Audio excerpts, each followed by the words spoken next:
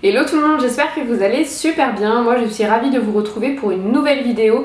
C'est une vidéo que vous m'avez beaucoup demandé. Il s'agit d'un anti-haul luxe ou alors les pièces que je n'achèterai jamais. Donc c'est parti.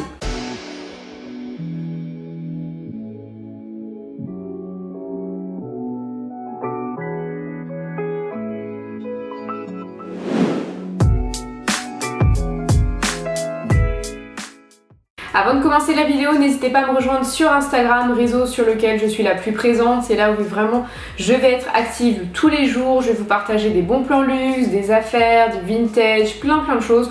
Donc on se rejoint là-bas. Vous pouvez également me rejoindre sur 21 Buttons pour avoir les liens de tous les articles que j'achète. Et enfin, vous pouvez me rejoindre sur YouTube, liker la vidéo, me suivre, activer les cloches de notification pour être informé de toutes mes vidéos puisque je suis hyper active. Concernant l'anti-haul, pourquoi je me suis dit que j'allais faire cette vidéo? Le but c'est pas de discréditer des marques ou de dénigrer des produits, mais c'est tout simplement qu'il y a des produits qui valent leur prix et il y a des pièces où clairement vous payez plutôt la marge de la marque et donc c'est premièrement pas un bon investissement, deuxièmement vous allez vite regretter parce que soit on suit une tendance, soit c'est pas une qualité non plus incroyable et donc je me suis dit que ce serait sympa justement de vous guider un petit peu à travers cette vidéo là. La toute première pièce que je n'achèterai jamais, il s'agit de tout ce qui va être accessoire pour cheveux.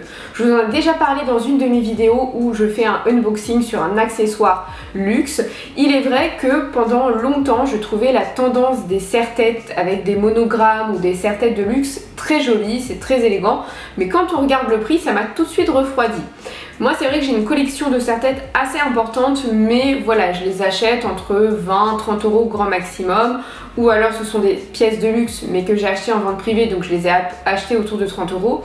Mais quand je vois certains serre-têtes à 250, 300 euros, notamment chez Fendi et chez Prada, et encore au défilé Chanel il y a eu donc un serre-tête avec le double C entrelacé, donc il n'est pas encore sorti sur le site, mais je pense qu'il sera autour des 700-600 euros. Connaissant la politique prix de Chanel, c'est juste pas possible. Premièrement parce que un serre-tête, c'est pas non plus un accessoire comme un chapeau. C'est quelque chose que l'on met de temps en temps.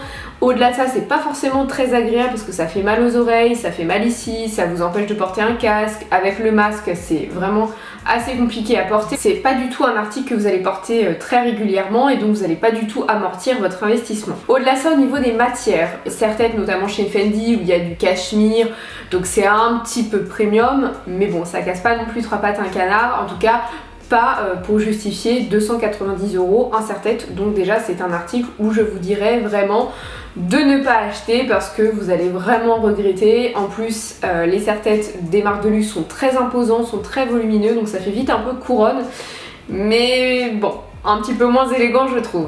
Un autre article que je n'achèterai jamais, c'est tout ce qui va être collants, chaussettes. C'est vrai que on peut être tenté de se dire ouais mais c'est joli, vous avez le monogramme sur les jambes, c'est sympa. Déjà un collant, je sais pas vous, mais c'est très fragile, ça ne dure jamais bien longtemps en fonction de la marque, donc c'est pas du tout quelque chose où vous pouvez vous dire bon bah encore le serre-tête ça peut durer dans le temps. Le collant, vous allez faire hyper attention là où vous allez vous asseoir, le moindre accrochage ça va être le drame de votre vie. Donc c'est pas du tout intéressant et puis en plus c'est super cher, c'est-à-dire que Gucci a lancé des collants autour de 90 euros, mais j'ai vu des collants à 210 euros, enfin 200 euros des collants, sérieusement, non c'est juste pas possible, c'est beaucoup trop fragile et puis ça ne va pas à tout le monde, très sincèrement. Des monogrammés déjà c'est hyper bling bling, donc soit on aime le logo, soit on n'aime pas. Moi personnellement, un sac monogrammé c'est très chic, mais un monogramme sur mes jambes, pas fan. Et en plus ça a un effet grossissant, c'est à dire que si vous avez des jambes filiformes ce sera très joli, mais par exemple moi c'est pas mon cas et tout ce qui va être imprimé monogramme et encore plus les imprimés où il y a des lignes, et souvent dans les monogrammes il y a quand même des lignes pour rejoindre le double G par exemple de notamment Gucci, en fait vu qu'elles sont étirées parce que c'est une matière élastique, en fait ça fait un effet visuel où vous êtes boudiné et ça vous grossit. Donc déjà dépenser 200 euros dans un collant, je dis non, mais en plus dans un collant qui va vraiment pas me flatter, encore moins. D'ailleurs en parlant de le collant, je ne sais pas si vous avez vu, mais Gucci a lancé un collant à 140 euros et accrochez-vous bien, il est donc déjà effilé, il est déjà abîmé. Donc très sincèrement, je m'achète un collant chez Leclerc, je me fais la même chose en l'effilant moi-même. Mais 140 € dans un collant qui est déjà abîmé, on marche vraiment sur la tête. Autre article que je n'achèterai jamais, c'est tout ce qui va être serviettes de plage, vraiment tous ces accessoires, les nappes, les assiettes. C'est vrai que peut-être que si j'avais été Kim Kardashian, eh bien toute ma maison serait Gucci ou toute ma maison serait Christian Dior, mais c'est pas le cas. Et donc tout ce qui va être nappes, serviettes de plage, pareil, ce sont des choses qui se salissent extrêmement vite. Enfin moi je sais que mes nappes elles se salissent, forcément vous n'allez pas priver vos convives ou priver vos proches de, voilà, de tout simplement vivre leur vie et de risquer de tacher. Une serviette de plage, vous avez le sable, vous avez l'eau, vous avez la mer, donc pareil, ça restera jamais blanc immaculé. C'est vraiment dommage de dépenser autant d'argent pour ce type de pièces, surtout que par exemple la serviette de plage de chez Christian Dior est à 590 €. Oui, 590 €, donc c'est pas du tout raisonnable. Pour 590 €, vous pouvez déjà vous acheter un très beau sac de luxe, vous n'avez pas besoin de dépenser autant pour... en plus, une serviette de plage, il suffit que vous allez vous faire une baignade et on peut vous la voler, donc en plus. Il est vrai que moi je vais vraiment me concentrer dans mes achats luxe sur de l'accessoire pour plusieurs raisons. La première, c'est que le prêt-à-porter, la haute couture, donc tout ce qui va être plutôt vêtements, ça coûte beaucoup plus cher qu'un sac. Par exemple, un Perfecto de chez Louis Vuitton en monogrammé, je le trouve vraiment magnifique, mais il est autour de 4 000 à 5 000 €, donc bien plus cher qu'un sac. Donc c'est pour ça que je préfère m'acheter des sacs ou des accessoires type bijouterie. Mais la deuxième raison aussi, c'est que j'aime bien le côté pratique, le côté intemporel. Typiquement, votre taille peut changer, votre poids peut changer, donc imaginez vous investissez, je sais pas, dans une robe d'une marque vraiment d'une belle maison et qu'elle vous va plus parce que votre silhouette a bougé, c'est vrai que ça m'embêterait. Là où un bijou ou un chapeau ou un sac, vous avez quand même moins de chance. Et pareil, en vintage, vous avez vraiment l'occasion de faire de bonnes affaires quand il s'agit d'accessoires. Et puis il y a plus de chances que ce soit en bon état. Quand c'est du prêt-à-porter, ça a été porté, ça a été lavé, on a transpiré dedans, donc il ne sera pas parfaitement immaculé. Au-delà de ça, j'ai un petit peu du mal aussi avec le fait que certains vêtements, même si vous les lavez, il y a quand même une odeur qui reste et qui n'est pas la vôtre. Je sais que je suis hyper sensible par rapport à ça, donc je vais plus me concentrer si c'est justement du prêt-à-porter sur des par-dessus. Mais voilà, ça me dérange un petit peu, et c'est surtout qu'en vintage, des pièces de prêt-à-porter, soit c'est plus du tout tendance parce que c'est vraiment les vêtements de la grand-mère, de l'arrière-grand-mère, donc c'est très rétro, c'est très chic, mais c'est pas forcément très tendance, ou alors ça va pas forcément m'aller. Si c'est d'une collection plus récente, pour le coup il y a vraiment peu de chances d'avoir un prix hyper intéressant. Donc c'est vrai que concernant le prêt-à-porter, je n'achète pas de pièces, mais si j'avais la chance évidemment d'avoir le budget, je le ferais. Mais il y a quand même parfois des abus, notamment ce jean Gucci qui a fait le buzz, on a vu notamment sur TikTok, parce que c'est un jean où il y a justement des traces d'herbe, de gazon. On peut clairement faire soi-même ce jean, et pourtant Gucci, pareil, le vend une fortune. À un moment donné, il faut quand même rester raisonnable. Donc un jean abîmé, je peux exactement vous faire la même chose pour vraiment 3 fois rien. Toujours sur la partie prêt-à-porter, notamment les hoodies. Donc les hoodies, c'est vraiment les gros sweats tout doux. Je n'achèterai jamais ce type d'article dans les pièces de luxe. Pourquoi ? Premièrement parce qu'en fait en termes de coût de fabrication ça coûte 3 fois rien, donc ils se font une marge énorme. Alors ils font toujours des marges sur les produits, c'est le jeu, c'est le jeu du commerce, mais là la marge est vraiment très importante, et surtout que le prix n'est pas raisonné par rapport à la qualité, donc ça m'embête.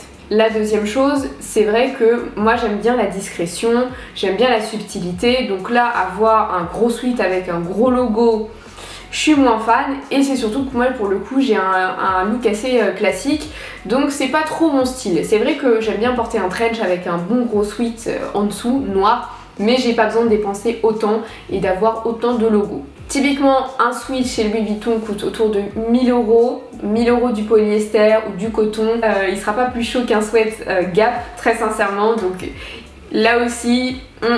j'ai vraiment du mal. Donc là aussi je ne vous conseille pas ce type d'achat que je trouve pas raisonnable, qui va s'abîmer, qui va vraiment avoir des peluches avec le lavage. Donc vraiment mettez 1 000 € ailleurs, notamment dans un joli bébé Alma de chez Louis Vuitton, vous serez beaucoup plus satisfaite. En parlant de maroquinerie, il est vrai que je n'achèterai jamais des mini sacs. Donc je m'explique parce que sinon vous allez me dire oui mais Mélissa, t'as un mini sac Fendi, t'as un mini sac Moschino, qu'est-ce que tu nous racontes? Donc oui effectivement j'ai un mini Picaboo et j'ai un mini Moschino. Mais, je mets les grands mais. Le mini Moschino, je l'ai acheté parce qu'il s'agit d'une pièce en édition limitée avec H&M que j'ai payé 80 €. Donc 80 €, on n'est pas sur non plus un investissement. Pareil, le mini Picaboo de chez Fendi, il s'agissait d'une vente privée au sein de mon groupe. Donc pareil, je l'ai acheté 200 € grand maximum, sachant qu'il s'agissait là aussi d'une édition limitée et que le sac vaut plus de 2000 €. Donc si je décide de le revendre, j'aurai effectivement dans tous les cas un retour sur investissement puisque le sac, l'ayant acheté à moins 80% ou moins 85% en vente privée, de toute façon je le vendrai plus cher que ce que j'ai acheté. Mais en luxe, en neuf et sans avantage, mettre 400, 500, 600 € dans un mini sac, je trouve ça démesuré parce que vous n'allez pas y mettre grand chose. Vous allez mettre quoi? Votre carte bleue, votre rouge à lèvres et vos clés, c'est-à-dire votre portable ne va pas rentrer, une pièce d'identité maintenant ça rentre plus, donc c'est dommage quand même de dépenser de telles sommes pour un sac qui n'est pas pratique puisque oui c'est joli d'avoir des pièces tendance, d'avoir des pièces à la mode, d'avoir des pièces de luxe, mais je sais que ça fait très maman de dire ça, mais il faut aussi que ce soit pratique, il faut que ce soit rentable, il faut que vous puissiez l'utiliser, donc c'est vrai que je vous le déconseille, sauf si comme moi vous avez des super bons plans et auquel cas c'est pas l'investissement de votre vie, donc franchement oui, vous pouvez foncer parce que c'est très très mignon. Autre pièce de luxe que je n'achèterai jamais, mais c'est à regret, ce sont les souliers de la marque Louboutin. Donc Louboutin c'est une maison qui m'a toujours fait rêver depuis toute petite, la fameuse semelle rouge qui est hyper identifiable, je trouve ça chic, je trouve ça sensuel, je trouve ça sexy. Je suis d'ailleurs allée à l'exposition Louboutin et j'ai adoré, d'ailleurs je vous en parle dans une vidéo où c'est mes meilleures adresses sur Paris. Pas mal d'entre vous m'ont dit qu'elles étaient allées ou qu'ils étaient allés à cette exposition et qu'ils avaient adoré. Donc vraiment la maison Louboutin, j'adore la personnalité de Louboutin ou en tout cas son parcours de vie. Vraiment je trouve ça très touchant. Mais ces souliers sont inconfortables au possible. C'est vrai que moi je me suis toujours dit Mélissa économise et achète-toi une belle paire de souliers Louboutin. Je suis allée en boutique, j'ai essayé les souliers, donc pourtant les souliers pas très hauts et c'est pas confortable du tout parce que déjà le talon est vraiment très aiguille, très fin. Il y en a en bloc, mais celui vraiment iconique c'est notamment le modèle Pigalle que j'aime beaucoup, mais c'est très fin donc c'est pas très stable. La deuxième chose c'est que n'ayant pas les jambes très fines, avoir des talons aiguilles c'est pas forcément ce qui est le plus flatteur pour moi. Et c'est surtout que la cambrure fait très mal aux pieds, donc vous marchez pas beaucoup, en plus c'est très fin, donc moi mon pied ça me faisait vraiment mal, c'est du vernis, ça bouge pas trop, bref c'est très inconfortable. Je me suis dit que c'était peut-être à cause du modèle, j'ai regardé pas mal de revues sur YouTube et les gens me disent la même chose, mes amis me disent la même chose et que en plus, donc avec tout ça, le fait que ce soit inconfortable et que ce soit pas donné mine de rien, ça s'abîme très vite. Vraiment le talon s'accroche très vite, la semelle est très compliquée, elle s'abîme parce que c'est du vrai cuir, mais c'est surtout que si vous voulez la faire ressemeler, vous devez la faire ressemeler chez un cordonnier homologué Louboutin parce que sinon votre chaussure elle va perdre de sa valeur, vous n'allez plus pouvoir la vendre. Bref, c'est un investissement à ne pas faire, vous allez vraiment regretter, ça va vous rester sur les bras et en plus vu que c'est très inconfortable, vous pouvez les acheter en seconde main, même neuves, pas très cher parce que les gens veulent absolument s'en débarrasser. Donc si jamais je devais être amenée à acheter des Louboutins, ce serait avec un tout petit talon, vraiment un talon bloc, quelque chose d'un peu plus confortable après avoir. Mais en tout cas ce serait en vintage parce que vous pouvez vraiment vous en sortir pour 200 €, ce qui est quand même plus raisonnable que presque 600 €. Dernier article que je n'achèterai jamais, il s'agit des gants. Donc les gants en luxe, attention je m'explique. Des jolis gants en cuir foncé, mais des gants en dentelle, c'est comme les collants, ça s'aligne très vite. Et déjà c'est pas très confortable les gants en dentelle parce qu'en fait ça vous gratte un petit peu, c'est pas hyper doux, c'est pas comme des bons gants en cuir où à l'intérieur c'est un petit peu du velours. Donc déjà c'est pas très confortable. Deuxièmement ça s'abîme très vite, vous pouvez vraiment rien faire avec parce que ça va vraiment les abîmer. Ça glisse donc si vous portez des choses ça peut vraiment vous tomber entre les mains. Et la dernière chose c'est vous les mettez avec quoi? Parce que les gants Gucci donc ils existent en blanc, en couleur chair effet tatou et en noir brodé. Donc c'est vraiment magnifique, moi je les trouve très jolis, mais vous les portez dans quelle occasion? C'est-à-dire que les blancs, ça fait tout de suite très mariage, donc dans la vraie vie. Ceux effets tatouage, c'est joli pour un défilé, mais vous n'allez pas vraiment vous porter des gants effets tatouage tout le temps. Et ceux en dentelle noire, je trouve que ça fait tout de suite un petit peu macabre. Je sais pas si vous êtes d'accord avec moi, mais ça fait un peu triste, ça fait un peu veuve. Et du coup, voilà, c'est pas quelque chose, ça peut être très chic. J'ai vu plein de photos Instagram où la fille elle a un croissant, mais pareil, c'est le temps d'une photo, mais dans la vraie vie, c'est pas super comme investissement. Donc voilà pour toutes les pièces de luxe que je n'achèterai jamais. Vraiment le but c'était de vous conseiller et de pas uniquement vous dire bah, j'achèterai jamais ça, mais vous expliquer pourquoi et l'avenir et quid après si vous pouvez les revendre ou pas. Donc j'espère en tout cas que cette vidéo vous aura plu. N'hésitez pas à me dire en commentaire si vous êtes d'accord avec moi ou pas. En attendant on se retrouve très prochainement pour une nouvelle vidéo. Je vous dis à très bientôt et je vous fais des gros bisous. Bye bye.